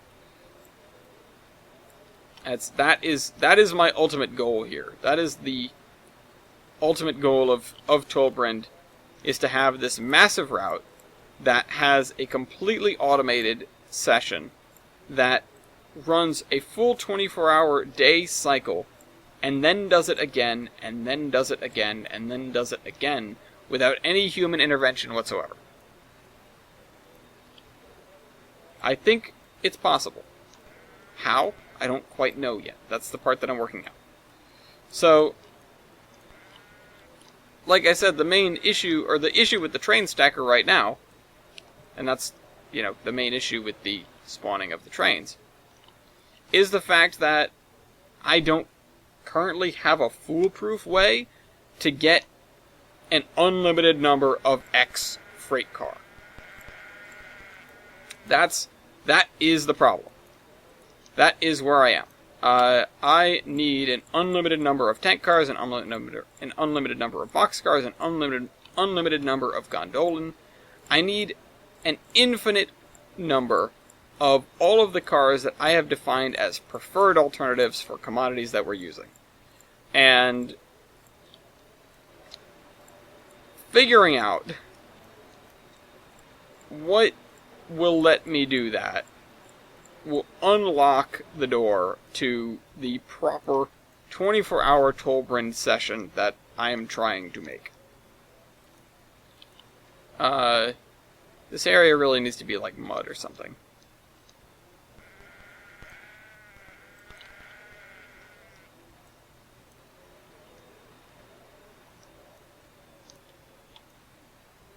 But I'm not going to do anything else other than cover this hillside with trees. The area at the bottom's got to be mud, but the area on the hill is just going to be trees. I want to fill in the Adams Gap, which I just created. Also, I textured this area up here, which was not smart of me to do, really, because I'm going to have to texture it again. Like so. So this is when things get messy, guys. This is the part that I don't love to do, and the reason that I hold off on doing so much stuff is because of this. Because inevitably I have to come in here and I have to place all these trees and then delete a good number of them just to get a smooth edge. And then I have to retexture the stuff that I already textured. It's less than ideal, but I'm not certain what the better alternative would be. Because I could do the texture separately, but then I still need to place these large blocks of texture, and I still will need to place these large blocks of trees. So it really doesn't have a significant advantage. Let me just make sure that all the area that isn't covered by trees gets the proper grass. Because that is what I want to do here. There we go. We have this whole area cleared out, and you can see the train station down there from up here. Sort of. Not quite, but sort of. This whole area needs to get cleared out. So this is a result of me using a box that was way bigger than I needed to place these trees. So that's my own damn fault. That there's definitely a better solution for. Anyway. Yeah.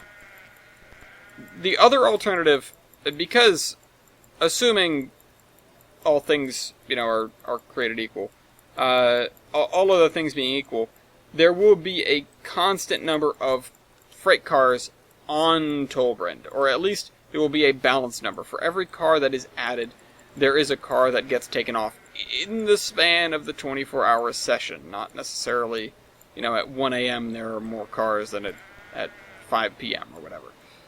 Not saying that won't be true. There will be times where there are more cars on the railroad. But over the span of the 24-hour session, the net change in freight cars over the railroad will be 0. And the net change in commodities, similarly over the railroad, will be 0. That is the goal and the ideal. There is one issue with that, and it's that the numbers don't all add up exactly.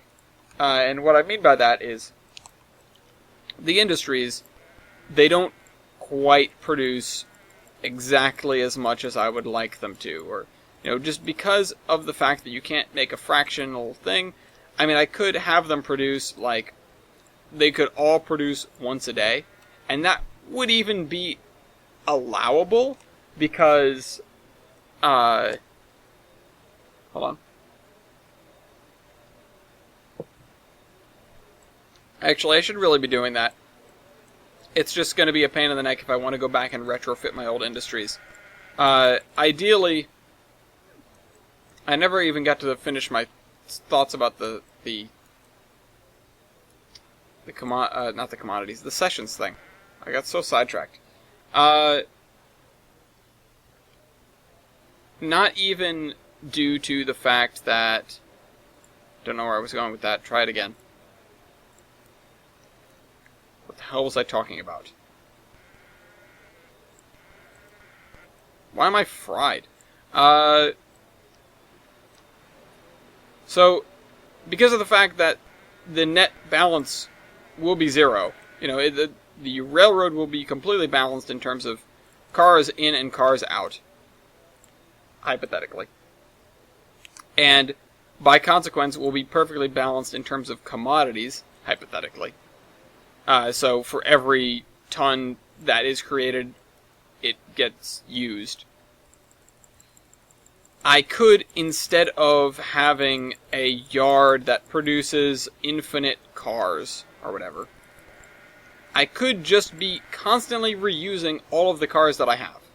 So instead of anything producing cars, stuff just gets, when it leaves the map, it gets sent around, it gets sent into, the staging yard, whatever that may be, wherever that is, off map.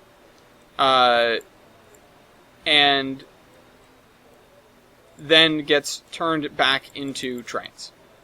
It gets turned back into new trains. It gets reassembled, and that would actually be not the most difficult thing to do, I don't think. And here's the reason why. Because I'm realizing this now.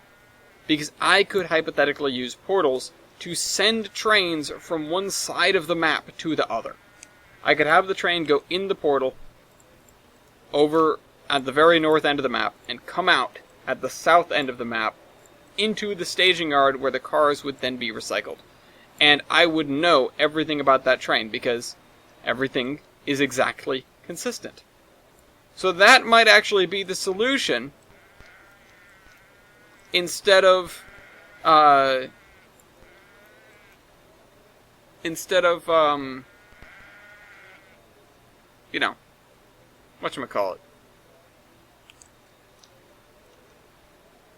Instead of the other thing.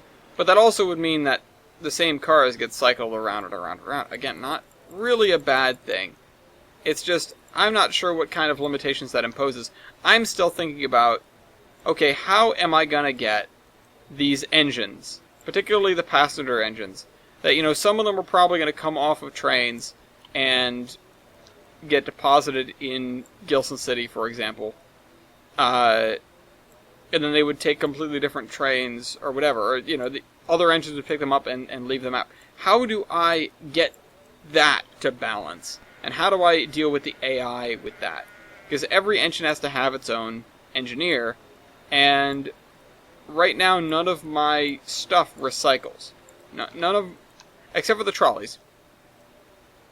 Nothing has its full 24-hour schedule, therefore, nothing is set on repeat.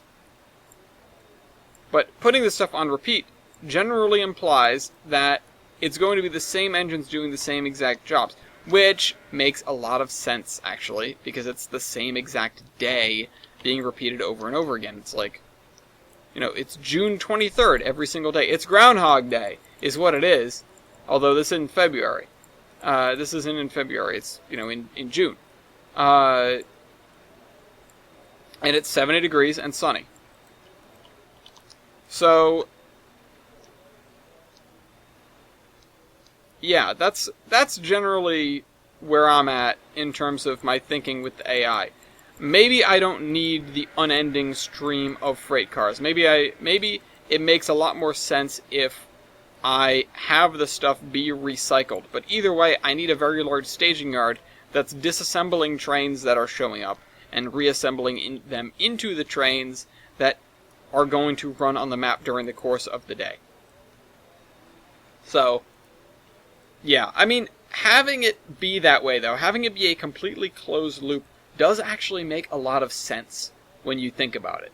Because if I am pretty much beholden to the fact / idea / whatever, I'm beholden to having a closed loop, then I pretty much don't have a choice but to do that. It wouldn't really be a detriment to do that. There really is no reason for me to need an infinite supply, because hypothetically, at the beginning of a session, I already have every single car that I ever need over the course of 24 hours. Why has that never occurred to me in that amount of seriousness before? Because that is a devilishly good idea that may be much easier to execute than the current prototype of the train stacker is. So that may be a good idea. We have crossed over 2 hours, but there are a couple things that I want to say. One of them is in reference to all the comments last week that I forgot to answer. Go ask Henry Ford is my answer. What was the other thing? Oh yeah, the 4 sessions. Yeah, I want one that's fully automated. I want one that's got all the DLS stuff on it, so that it, fully automated with the DLS stuff or whatever. I want one that is just seated with DLS stuff, or freeware at least. And then I want one that is empty. And then I want one that is seated with all of the cool stuff, all payware. All whatever the nicest stuff is. I just want one of those. And that way I can come on here and I can, that one won't be automated either. I can come on here and I can play with my stuff. Play with whatever I want. All this stuff that I purchased. All my K&L that I bought. I must have invested $100 in K&L. Maybe more than that. Probably more than that, actually. Probably a good few hundred. Yeah, I don't want to think about that too hard. So, yeah. That's what I want to do. The issue right now is, just like everything else, all of the trains are on the route layer. And if I want to get rid of them, that means I have to move them onto the session layer, and or go through the route and delete all of them. Which I don't want to do either, really, although moving them onto the session layer actually makes sense. It's something that I probably should have done ages ago. They probably should just be on the session layer, so that I can edit the session and move the trains around and not have them be problematic. Not be influencing the other things. But yeah, I don't know. This road, I gotta deal with that. Alright, well, we're getting a little bit farther along here. I do need to go through and do all this texturing. We filled in the Adams Gap, but I think next time we come on, we're gonna have to do the actual scenery work around here. And then we can continue proceeding this way with scenery work. I think it's important that we work on this stretch now. Hope you guys enjoyed this video. Remember to leave a comment, and I'll see you next week. Treyman out.